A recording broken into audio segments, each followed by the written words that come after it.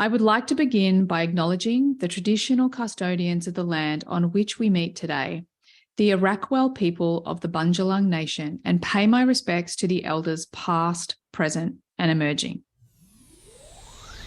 Hey, you've arrived at the Human Design Podcast, and I'm your host, Emma Dunwoody.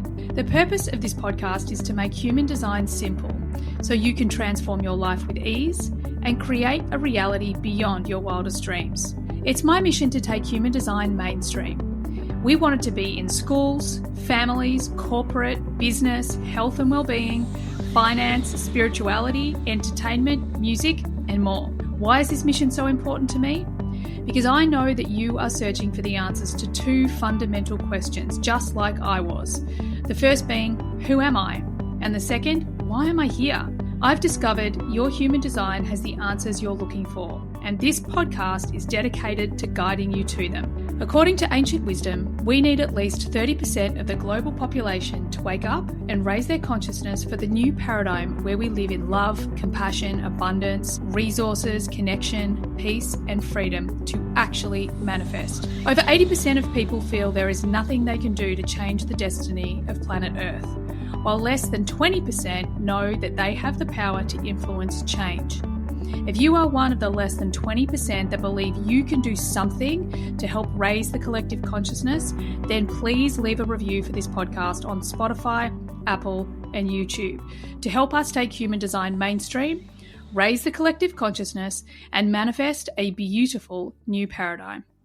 On today's episode, I talked to Chelsey Pippin, who is a shadow work expert, the author of the Tarot Spreads Yearbook and Tarot for Creativity. She has a master's in European culture from University College London, where she studied Jungian and Freudian thought and the unconscious. She has written for BuzzFeed, New York Magazine's The Strategist, and Metro. She has also chaired panels at the Hay Festival, London South Bank Festival, and is the founder of the Tarot-informed creativity consultancy, Pip Cards Tarot.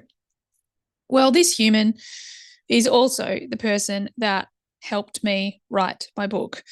She is the editor that I worked with that took so much information from HDX, like content I already have, then put it into a framework that I wanted for the book so that I could then go through it and kind of edit, but update, write more, elaborate. She was just incredible human to work with.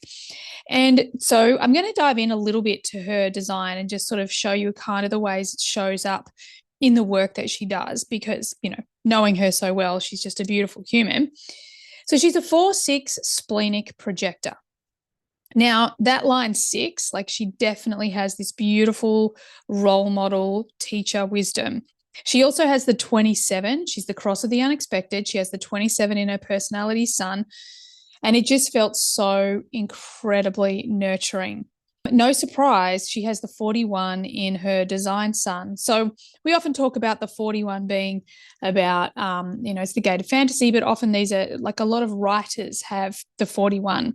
And she has, written a number of books and card decks, and she's also done what she's done with my book for a number of other authors as well. So it's beautiful just to see her human design really showing up in the work that she did, at least with me, and I'm sure it's everywhere. One of the things that was just incredible working with her, like, talk about a splenic projector, and she knew very little, and she'll talk about this, she knew very little about human design when she first started working with me. And she was so intuitively guided. She was really, it was beautiful to watch her kind of intuitively bring things together, or intuitively bring certain points in that perhaps, I had let go of, or I had forgotten to put back in, or, these sort of things. Because she was reading over my content, she was very intuitive in the whole process, which was really, really beautiful to experience. She also has so much in the G center going on. So again, she's a very powerful leader. She has the 7 in her South Node on the design side. So, but she also has the whole 731 channel.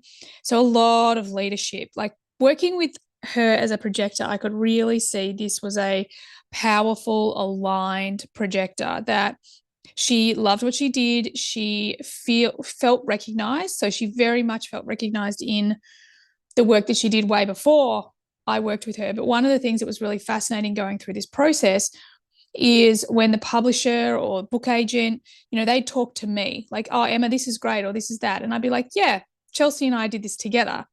So I would notice myself naturally acknowledging and recognizing this person. And what was interesting is how she even came into the equation.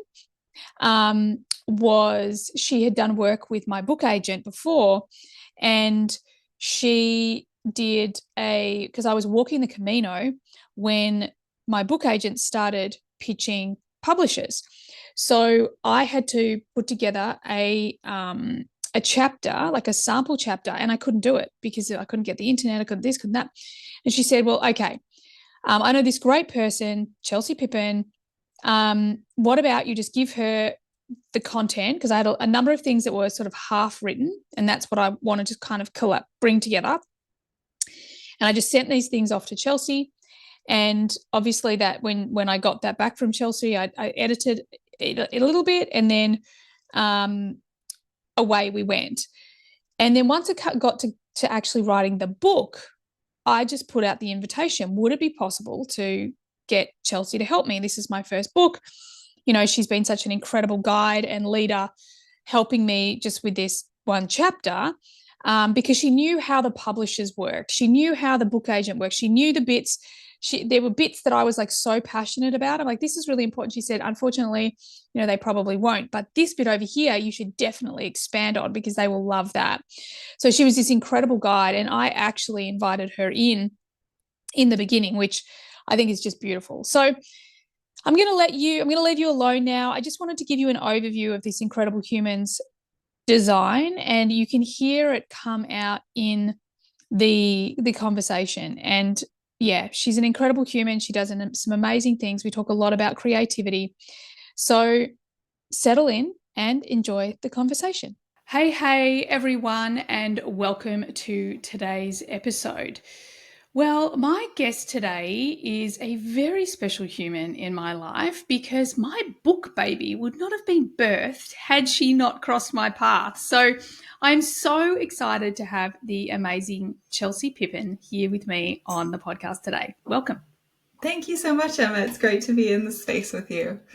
It's so exciting to talk to you today. I mean, obviously, I want to, throw a bit of love your way because for those of you that have heard me tell the book story so many times, I had this incredible human help me by going through all of my HDX content and putting it into this outline of the book that we had, which was just huge because I had such a massive year. I had so much else going on, and I just don't know how I would have done it without you. So thank you so much for just being you and doing what you did with our book baby, I feel. Oh, it was such a joy, and you are such a generous and wonderful collaborator that it was so brilliant to get to dive into the world of human design, to learn so much about you, and to bring my experience with editorial work into play and support you in bringing that project to life. What an accomplishment, something to be proud of. Thank you. And for those of you listening, Chelsey is a 4/6 splenic projector. And I think this is such beautiful evidence of an aligned projector because literally you went through like this MG over here did all the building and all the creating and all the everything. And then you just went through and found all the efficiencies and like, oh, we need less of this and more of that. And the fact that every time we met, through the whole process, you seem to have so much energy for it. So it's such a beautiful example of an aligned projector. Yeah, I like to think so. I was really only wading into the human design space when we met, and it was such an interesting process for me to get to know myself through that content and through the way that you approach it. And I will admit, I think I was a little bit feathers ruffled about what all of that looked like for me, what it meant in terms of the kind of long, slow path of being a projector sometimes. But the more I reflected on it, and I think the more I learned through our process together and through learning and patience and applying what I know works for me, recognizing that red thread of storytelling, and how for me the kind of creative power is discovering the stories that exist in places, in other people, and being able to draw that out and mirror it back has been a real blessing. And it's given me such great language to talk about what my strengths are and what my weaknesses are as well. I love it. But yeah, I think it was just such a beautiful experience of really watching that projector energy, you know, cross the T's and dot the I's and just improve upon what was already created. And I think that was just really cool to be a part of. And I remember when I got to the first draft of when you'd literally just taken content, popped it into the plan. And this is like the first time that I was going over and editing and doing all the things. And I think I even sent you a message. I'm like, whoa, you got this whole projector thing down pat. You know, like you could so tell that you were a projector and you'd done your homework. It was really cool.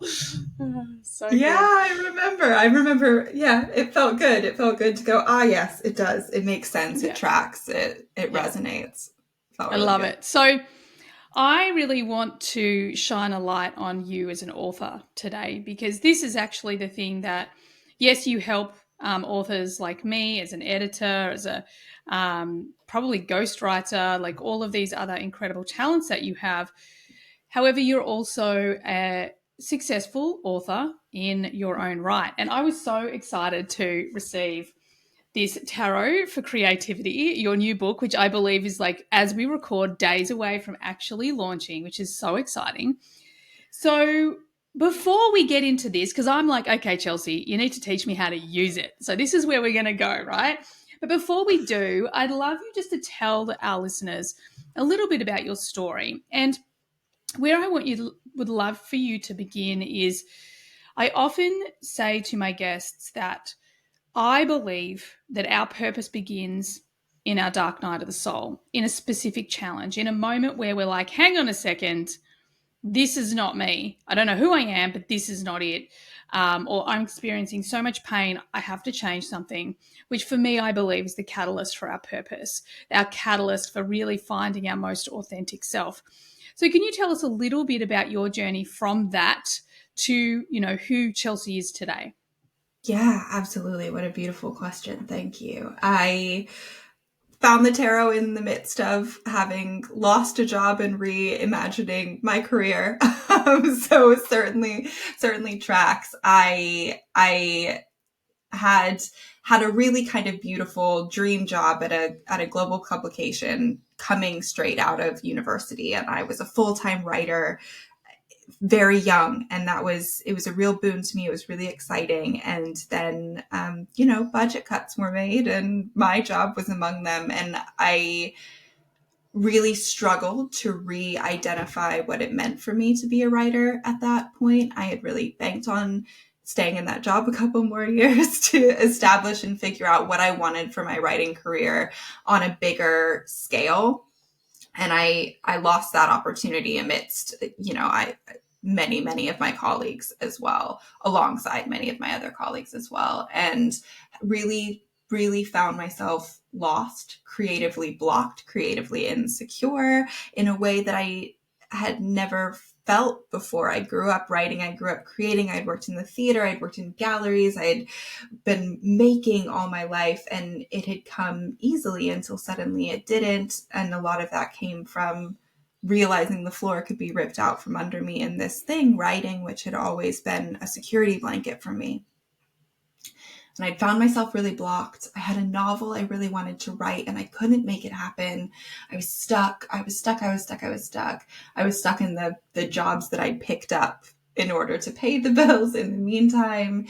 And suddenly I found myself having a conversation with a friend, a fellow writer who at that point had written 3 books, and so was certainly somebody that I looked up to. And she said, I'm learning to read the tarot. Would you mind if I practiced on you? And I said, no. I said, no, I would mind. Please don't. I've had enough insecurity. I've had enough kind of, I didn't like the idea that something outside of me was going to tell me who I was or what was possible. I'd had enough of that. I'd had employers telling me who I was and what was possible and what wasn't possible.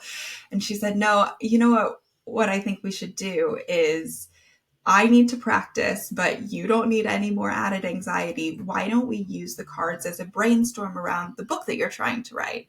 And I thought, okay, yeah, what's left to lose? I don't know where it's going. I don't know what else to do. In this case, that makes sense. And so we asked it a question about how I could move forward with the book.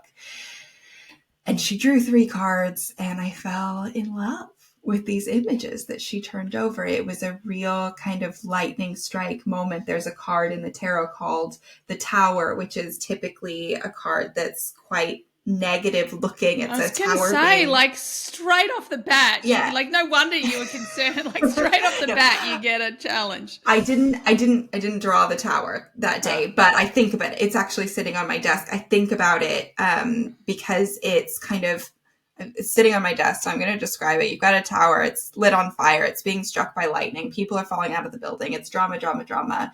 But it's also the card of enlightenment in the way that a lightning strike can kind of change our entire world, our entire makeup. Some little piece of information can completely wreck but rebuild everything that came before.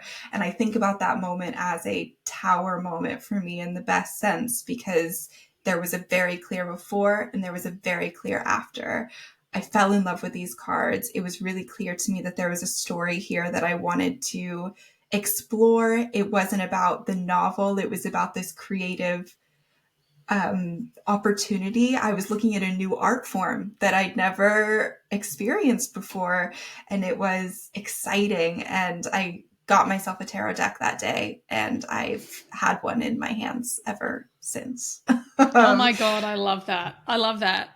I never finished that novel, but that feels right, because as I like to say now, the cards went, don't write about that, write about us. And now here you hold in your hands one of the books that I've written about the tarot now, which has been amazing to find a new muse, I think.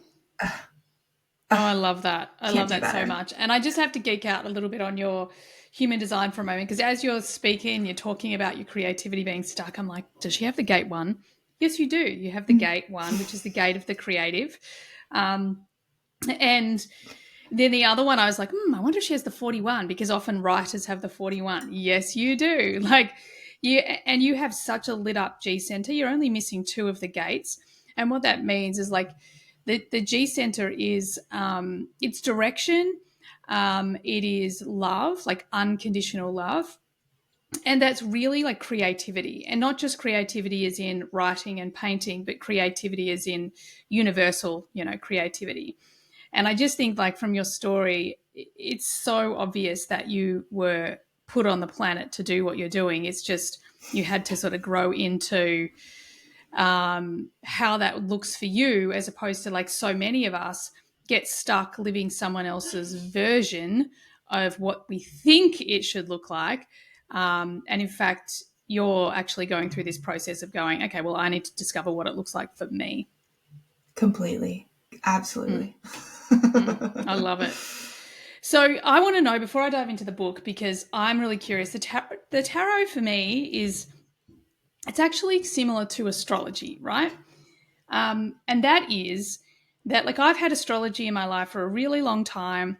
I actually got to interview the Astro Twins a couple of weeks ago, and we're now, like, catching up for, coffee and stuff. Like, they are my people. Like, it's exciting. And I love it, but I never quite got it. And I feel the same about the tarot. And it's interesting you say, like your experience of the tarot, because I was the same. I was like, keep those motherfuckers away from me. I'm scared what you're going to, like, no. And over the years, I've got, I've made friends with the tarot, and actually I quite like it. Now I'm talking about it, I'm like, I actually quite like it. It's just that I don't know enough about it, or I don't have the expertise. And I think sometimes, depending on what deck you get, they have like some are quite negative, and I'm not that I'm not the negative girl. I'm always going to look for a different perspective. So tell me, how do you use, now that you have got like this new best friend that's like your arms around everywhere you go, like how do you use the tarot in everyday life? Yeah, it's a great question. I like to think about the tarot as a completely spiritually agnostic tool, because you can apply it to whatever practice makes sense for you. And it doesn't even necessarily have to be a spiritual tool. We see it cast that way a lot of the time in media and in mainstream use. But what it is a collection of 78 images that are tied to psychology, tied to the human experience, tied to some of the most well-recognized stories throughout millennia. It's a very human creation, and it just reflects and represents moments that we all recognize from our lives, which is what I think actually gives it its power, is the human connection, the stories that we see in the images.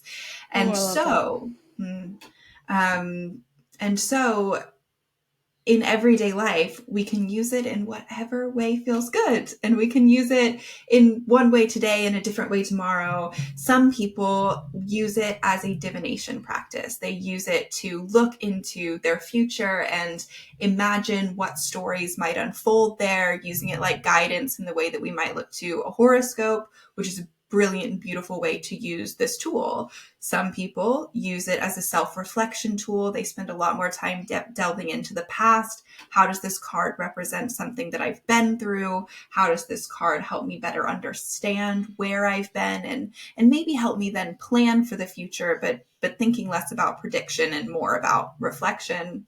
Some people use it to connect with spirit guides that they believe in, or other saints, gods, goddesses, depending on their spiritual practice.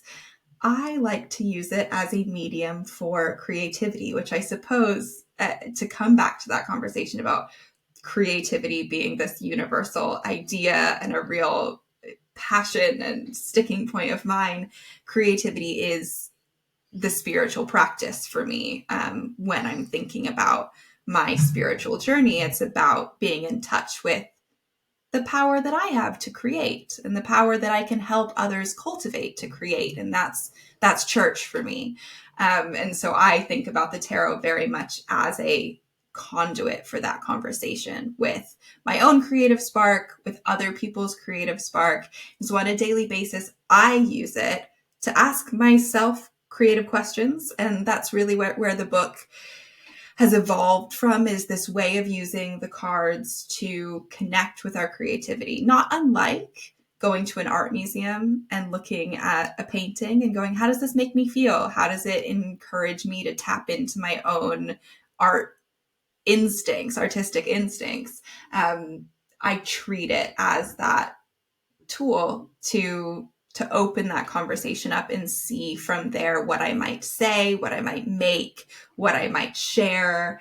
So I use it in my business. I use it for my Instagram content. Of course, I run a tarot account, but to like plan how I want to approach it, what's going on, and inspiration, I suppose, as a very long-winded answer to your question. Using it every day. Using it every day as inspiration, pulling a card and seeing, all right, what does this make me want to do, say, make, create? Yeah. And do you know what I think is really fascinating? It just popped into my head when you said it. It's like the tarot cards for you are that invitation for the projector. It's like that's the invitation. You're being called forward, I love that. Yeah. Like if you were me, I'd be like, it's something to respond to. So I actually, probably pull cards every day, and same deal. It's something to respond to. Whereas for you, I feel like it's that invitation. Like, let's, here's your invitation to go in this direction or to choose this thing. That's Does that language. feel like it resonates? Yeah, it does. That's language I use all the time. And I catch myself using, consider this card an invitation to, like, I have to change up my language. But you're so right, Emma. That's like a brilliant insight because I use that word, that Yeah. it's synonymous with the tarot Yeah. for me. And I never thought about it. But of Yeah. course, But I of think this course it is so is. beautiful. And I think this is one of the ways for all those projectors listening is I think sometimes projectors get stuck in this whole idea that another human has to directly invite them to do something. And that's not entirely true. The invitation can come in any form. It just has to be a very clear invitation. And I remember having a conversation with a friend of mine who I think she had all of these weird things like synchronicities going on. It was like ants, and ants kept showing up and kept showing up and kept showing up. And she just sent me this message once and she's like, Emma, can I get invitations from ants? And I'm like, yeah, if they keep showing up, like if it's this constant thing, like what are they inviting you to do? Um, and whatever it was very resonant. Like when she looked up the meaning of the symbolism of ants and what was going on in her life. So I feel like the tarot is another way that you know, for the generator types, we can get something to respond to. But for you guys, for the projectors, like something to really, you know, get that beautiful invitation from. But I want to go back before we dive into the book because you're literally going to give me okay, show me how I'm going to use this. And but as you were speaking, I had a little bit of an epiphany. Of course, I did. For those listening, I have the 43 in my core talent, and the Siddhic state is epiphany. And literally, I'm a human that walks around going, "Oh my god, I've had an epiphany," and I have all my life. So it's so cool. Anyway, what you said that the tarot is it's human created. People use it for divination. People use it for all sorts of things. And as you were speaking, I was like, "Wow, I wonder if." That feeling that you had, the feeling that I had, and the feeling that in the past the tarot has felt really dark. And that's probably just because of the energy of the past. Because let's be honest, as much as the media would have us think that, I mean, honestly, it's not great out there all the time, but back then when it was created, it was really dark. Like it was a dark time to live, especially for women. And women would have been predominantly using the tarot. And that's a massive assumption, and maybe they weren't. But that also is something that I'm curious of your opinion, because I would feel like it's not as dark now because it's been invited in with more love and grace and humanity, and because it's a living, breathing entity that's changing over time. Perhaps it's that fear that we initially had that's not relevant anymore. Yeah, that's such an interesting thought. I'd never really kind of made that connection before. The tarot, the history of the tarot is fascinating. Fascinating. So cartomancy, which is the reading of any kind of playing card, or really kind of stems from like dice play as well. So any kind of chance game, it's millennia old. The tarot specifically emerged from playing cards used by French and Italian nobility. And it started as a game. It became, divination was a game at this point. You had some, as you say, probably mostly women hanging out, passing time, playing cards. And at some point, it becomes more interesting to reflect on the stories of their own lives than to reflect on the game, which is really interesting. So it comes from play. But as you say, it becomes a little bit scary because it gets co-opted into some other ththere interestingly enough, it gets co-opted by men, which many within the occult. And so there becomes this kind of shroud of needing to take it very seriously. And gatekeeping, and there's a right way to do it and a wrong way to do it. And suddenly it's ensconced in all of these rules when reading the tarot as a divinatory tool or to interpret the cards started off as play. It becomes this very serious thing. And around about the turn of the 20th century, two very important decks are created, the two most recognizable modern tarot decks, the Rider-Waite-Smith and the Thoth Tarot, both of which are, the art is created by women and the decks are claimed as the products of the men who have the money to back them. Oh, that So is so wrong. yes. And I think it's really only in probably the last 30 years or so that people are really starting to take the art as seriously as the idea behind it and engage with the tarot as a artwork. And in doing so, those women, their art gets to come to the forefront. The Rider-Waite-Smith deck, more classically now called the Smith-Waite deck, after Pamela Colman Smith, who was the illustrator of that deck. She was an iconoclast. She did something incredible. She's the first person who ever fully illustrated all 78 cards in the tarot. Before, it was just the 22 key cards called Major Arcana that had full illustrations. But Pamela really brought an artist's intuition and vision to the cards for the first time and said, there's a scene for every single card. There's art and story in every single card. She changed the course of tarot history. Tarot would not be popular in the way that it is now without her introducing story and play back into the tarot in that way. And I do think that illumination on those women's art, Pamela Colman Smith and Lady Frida Harris, has made it much easier to reclaim these cards for play, for creative work, to honor creative work and story in a new way. Oh, I love that. And all of a sudden I've fallen back in love with my deck that's sitting in the cupboard, sitting right behind me, which I will be getting out after this call. I'm curious about the Thoth deck. What's that? How's that specifically different? Yeah, so it's fully illustrated, but there are no people in it. It was created by Lady Frida Harris, created the imagery. It was guided by Aleister Crowley, who is a big figure within the occult at that time. Controversial figure within the occult he remains. And it's a really interesting deck, but it's not for writers and artists and makers who are interested in using the tarot. I wouldn't necessarily recommend it. It includes keywords on every card, which initially you think will be helpful, but actually I find quite limiting for the creative possibility. Whereas Pamela Colman Smith, who is known to her friends as Pixie, there's something really open-ended, and of course, I see that as an invitation to figure out how you really feel about it. The Thoth deck is a little bit more prescriptive.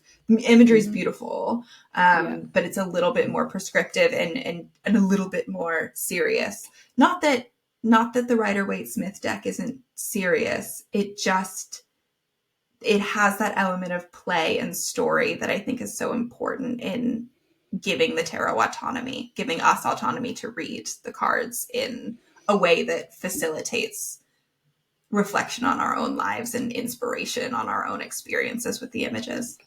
Yeah, I love that. And I think that's one thing that, like my left brain and my right brain get really frustrated with each other, with the tarot, because part of me just wants to go, I'm just going to see what comes to me and what I'm feeling. And I know I'm a very intuitive person, but then the other part of me is like, no, you need to know what this actually represents, So I have this whole battle that goes on. And I do get that, especially in this day and age, it's so much more about how I respond to it and what, maybe what I'm drawn to. So listening to you speak, the thing that makes me go, I want to get my decks back out is because those images are so detailed, like actually going through the process of paying attention to what specifically I'm drawn to and then what that means to me.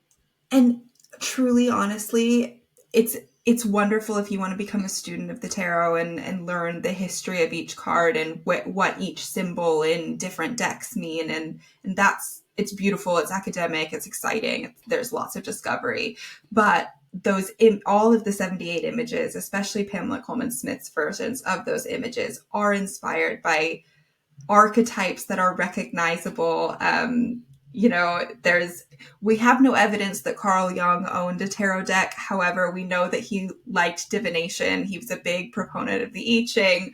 We know that he was very interested in a lot of the archetypes that we see replicated in the tarot, because he knew that we subconsciously flock to these pillars of the human experience. And so in the same way that we've got Jung working with his own archetypes, you see a lot of those same images arise in the tarot, probably independently. We don't know that he owned a tarot deck. And yet, because he was open to a similar kind of unconscious storytelling, we see that same story emerge in the tarot. So you would know instinctively what a lot of them are saying without ever having to crack a book and read the defined meanings of the card. You will know them just because you're a person. That's it. Yeah, That's all I you love need. that. That's so good. And I, you know what, I think of Carl Jung, and I think like even if he didn't own a tarot deck, like he's definitely accessing that in the collective consciousness, because that dude spent most of his time like picking pieces consciously out of the collective consciousness. So yeah, Exactly. epic. Okay, so let's talk about the book. So the book is Tarot for Creativity, a guide for igniting your creative practice. So I've bought this, let's say. I didn't. Thank you so much. I loved it. So how am I going to use it? Like, because when I read creative practice, so this could be someone who's a writer or an artist or a singer. Mm-hmm. I'm a business owner, and that's my creative practice. In fact, my creative practice is probably coaching and human behavior and like manifesting and that sort of stuff. How is this going to help me in every day? Like, how do I use it? I'm really excited to use it. How do I use it? That's a great question. Well, first things first, absolutely did I have my own experience trying to run a business reading tarot for creativity, for creatives in mind. And so that's something that was on my mind as a writer, was that even if I'm speaking to writers, even if I'm speaking to artists, most of them are running businesses, trying to put their work out into the world as well. And business is creative. So I think it's perfect for small business owners because it was written by one. Love it. The book is a card-by-card guide to using every card in a creative context. It features a page-long essay about applying the card's meaning to your creative life. There are cards which help us manage our experience with rejection, which of course is something that when pitching our businesses, we face a lot of the time. There are cards about conquering creative block, which I know I mentioned that I use the tarot to create content for my business all the time. I think all of us face that some days where we wake up and we go, I don't know what I need to say to people today or how to share my story with people today. There are cards in there. Let's look at the table of contents a little bit. The great thing is you can use your deck, you can draw a card and go to whatever page it's on. I was just about to say, like, do I get my actual card deck involved? Like, what you am I doing? absolutely can. So, and are there spreads? Are there like? Yes. Sorry, don't mind me. Remember, I'm a manifesting generator. I'm like, I'm trying to jump ahead. But you're asking all the right questions, which is great. So there's the kind of first step is there's a table of contents here in this book that covers all the cards and gives them kind of a little summary. So if you are coming to this book, say you don't even own a tarot deck and you are coming to this book for the first time to see what the tarot has to offer you about creativity, you could read through the table of contents and go, oh yeah, man, I am self-sabotaging in my creative life right now. And it looks like the devil card has something to say to me about that. The chapter is Stop Self-Sabotage with the Devil. So you can turn to that page and you can work with that card. You can read about what it has to say, the guidance that I feel that it has to offer in that case. And then there are 4 creative prompts inspired by that theme within that page. So for every card in the deck, for every card in the book, there are 4 creative prompts. There's always a journaling prompt. So even if you don't want to try collaging or mood boarding or writing songs or writing stories, you can always reflect on the creative process with the journaling prompts that are present in that page. And yes, there are tarot spreads as well. So if you do have a deck and you want to work with the energy of a certain card, you really want to focus on something like ending self-sabotaging habits in your life, you can then turn specifically to that spread and pull additional cards for wisdom. I recommend that people use it primarily in the first instance as a card a day guide.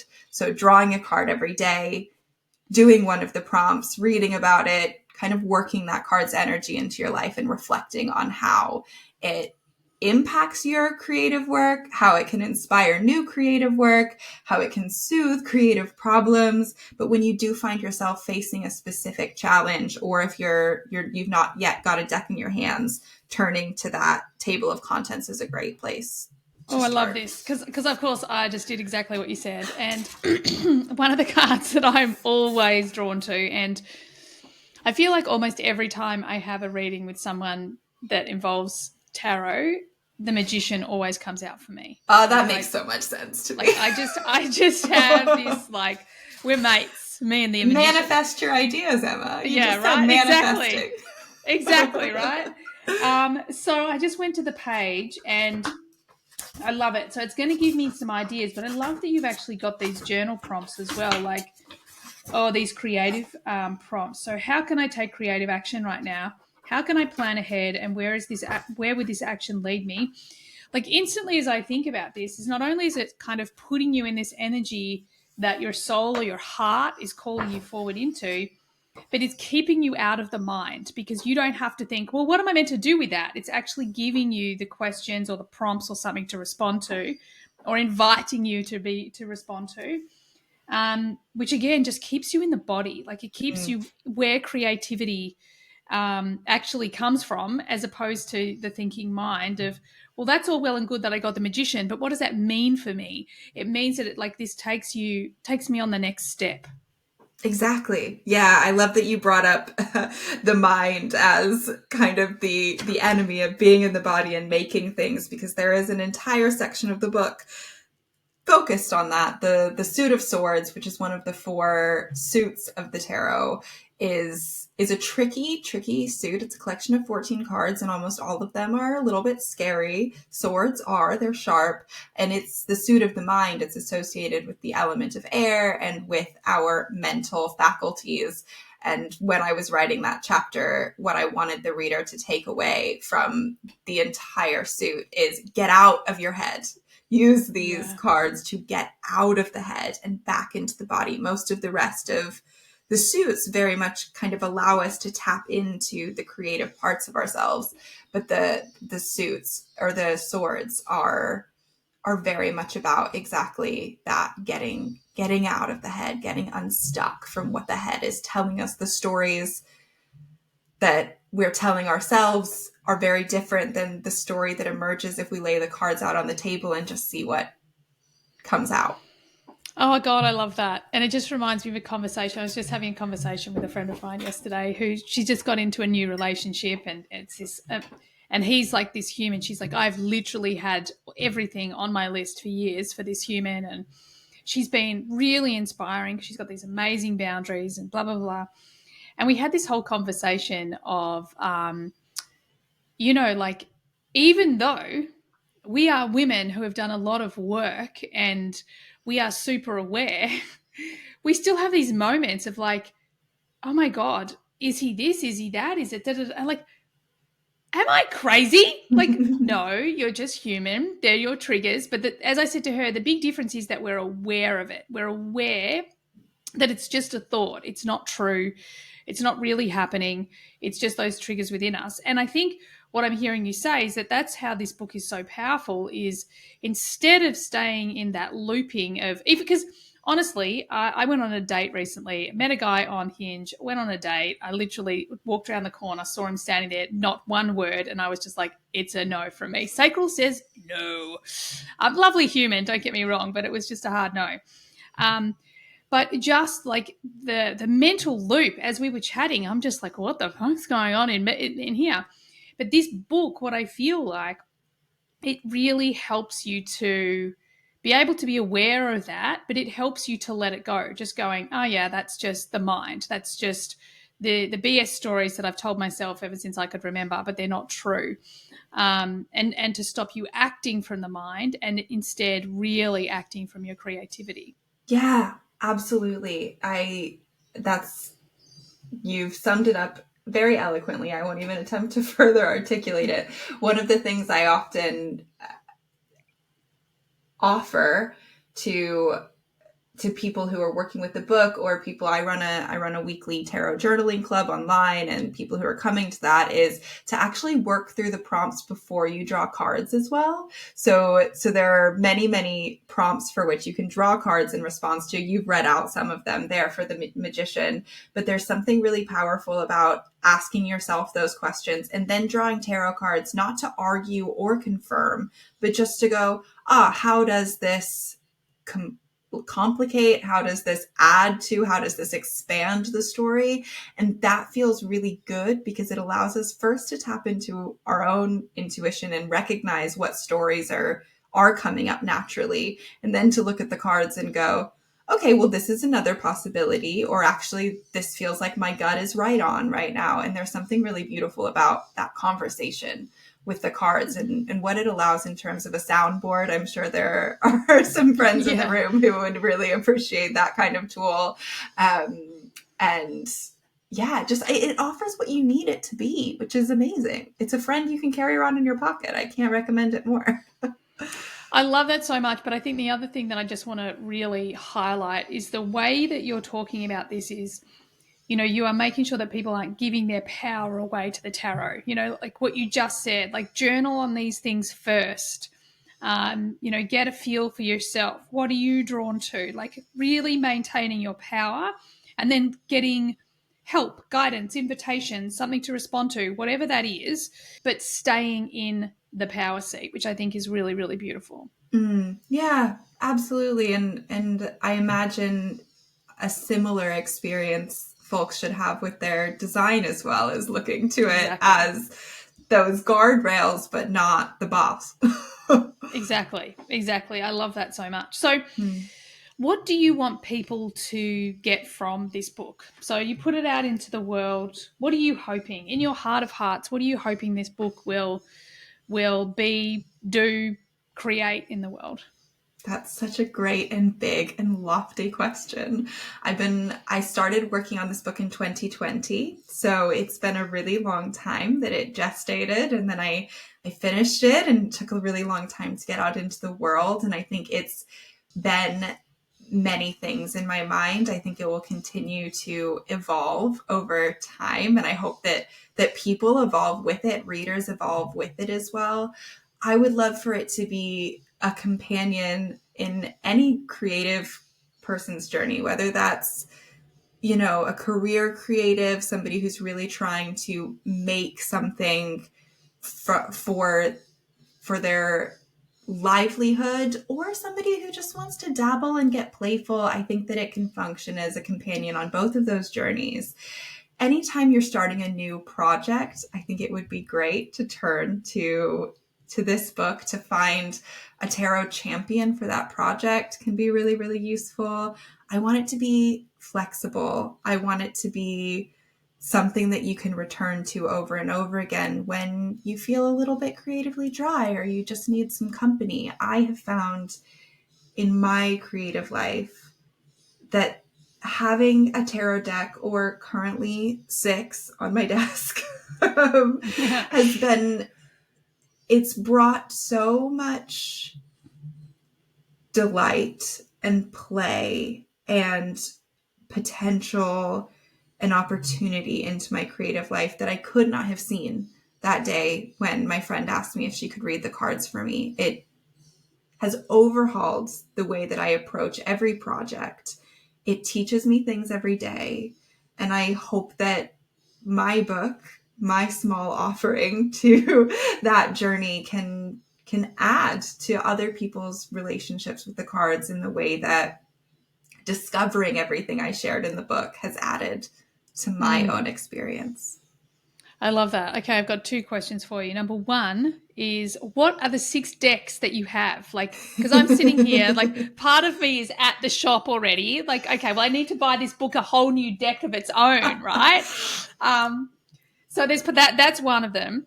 And the other question is, I'm so curious, how did you work with the tarot with my book as you helped me create my book? That's a great question. Okay, what tarot decks are on my desk right now? I have the Modern Witch Tarot, which is a modern update of the Rider-Waite-Smith, which is the deck that I recommended, this kind of groundbreaking deck from the 20th century. I love it because it keeps those images alive, but it puts modern creative tools in people's hands. You see laptops, you see journals, you see phones, and there's something nice about the mix of the old and the new, and it feels really relatable, but it sticks really true to tarot imagery, which I think is really useful.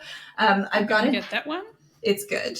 I've got a deck called the Tarot of the Divine, where the imagery is all inspired by folklore and fairy tales from around the world. It feels Disney, but a little less sugary. So it's really nice for storytellers, for writers. If you're into retellings of fairy tales, for instance, if that inspires you in any way, the Tarot of the Divine is a really lovely deck for that. I have a deck called the White Newman Tarot on my deck, which is I find to be a really good shadow work deck. It's not dark, but it's a little edgy, but the art is really beautiful. It deviates from the standard tarot imagery, but in a cool way. And it's really, really beautiful. It's a nice modern deck. And if you're looking for a deck to pair with my book, the images inside my book are using the imagery from a deck called the Modern Way Tarot, which is a minimalist take on the Rider-Waite-Smith imagery. So if you want a matching, if anyone listening wants a matching edition of the deck that is featured in my book, it's called the Modern Way Tarot, and it's really fun to use. I don't think that was 6, but that's all the ones that I can spy. Yeah. 5. 6 is, I've got a deck of prompts. So this is, you can draw a card and it will give you a prompt for drawing a tarot card. So this says what to shed. And then I can draw a tarot card to tell me what to shed. Oh my God, that's so cool. I want that too, the prompts. It's good. And do you know what? I feel like it's from your part of the world. It's from New Zealand or Australia. I can't remember where. Right. What's it called? It's called the Show Me deck. And it's by a creator called Justine, who goes by Hand Me That Pencil on Etsy and Instagram. Hand Me That Pencil. I'm literally writing that down. Love it. That's really awesome. Fun. So how did you work with the tarot with love it, got my list. How did you work with the tarot with my book? Do you know what? I definitely, before we met, drew some cards to see if it was a good fit for me. See if I was delightful. Like okay or like crazy. How to come to this. And obviously, we're talking now, so the cards are good. Yeah, we did good.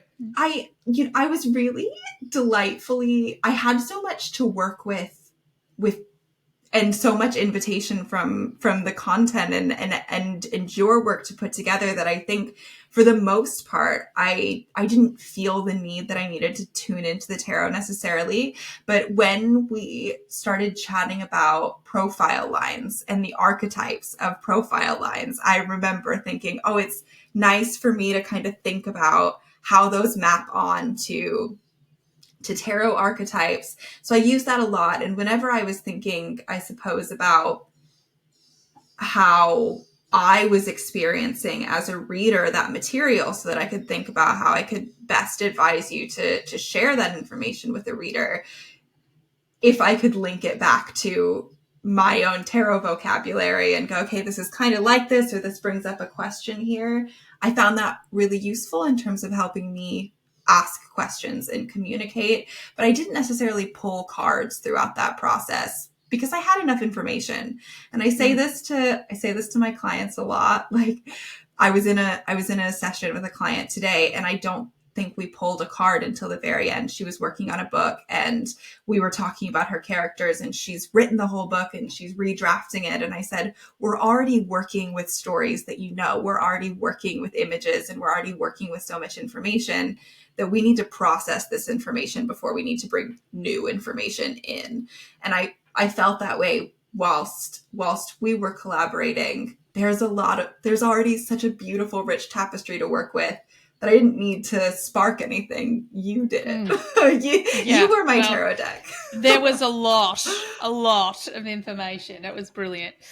Oh my God. Okay. Well, thank you so much. Where can people actually go and order the book? Where can they find you on Instagram? Please let my listeners know. Absolutely. The book is available globally from the 7th of November. If you're listening in the States, it's available now. It's been out since October. Everywhere else, the 7th of November. It's available on print and ebook, but I have gotten some feedback that the ebook format isn't as friendly as the print format. It's a big book. It's kind of coffee table size, but thin, easy to carry around. So the print is recommended. And then I am online everywhere. I'm on Instagram at PipCardsTarot, PIPCARDSTAROT. And you can find all of my work, information about everything I do, whether it's readings or my journaling club or my Instagram, or I run a Substack as well. All of that information is available from one handy place, tarotforcreativity.com. So nameofthebook.com, nice and easy. If you forget anything else, remember the name of the book and you'll find me. Oh my God, that's so good. We'll put all of that in the show notes so people can find you easily. And I love the idea of a journal club. Like, that sounds fun. It's so fun. We meet every Sunday and we work through a new spread. Right now we're working through tarot spreads from my first book, the Tarot Spreads Yearbook, which features a tarot spread for every week of the year, which inspired the journaling club.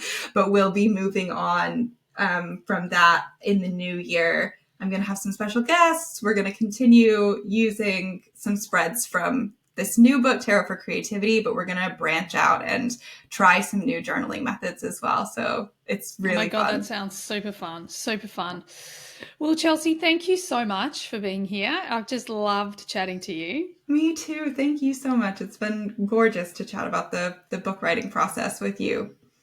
So good. And thank you everyone for playing along at home. I trust that you got what you needed from today's episode. Go check out Chelsey wherever you can find her. As I said, all the links will be in the show notes. And I thank you for being here and so look forward to having you on the next episode. Bye for now. Thanks everyone for being here all the way to the end of the podcast. I hope you got lots of value out of it. I certainly had a lot of fun doing it. Could I please ask that you share this podcast with friends if you found it valuable? And also, bonus points, could you leave a review for me as well on Apple? It would be greatly appreciated. If at any point you would like to be on the podcast or you've got questions that you'd like me to discuss on the podcast, by all means get on my socials and DM me. Everything you need is there in the show notes. Have an awesome day. Bye for now.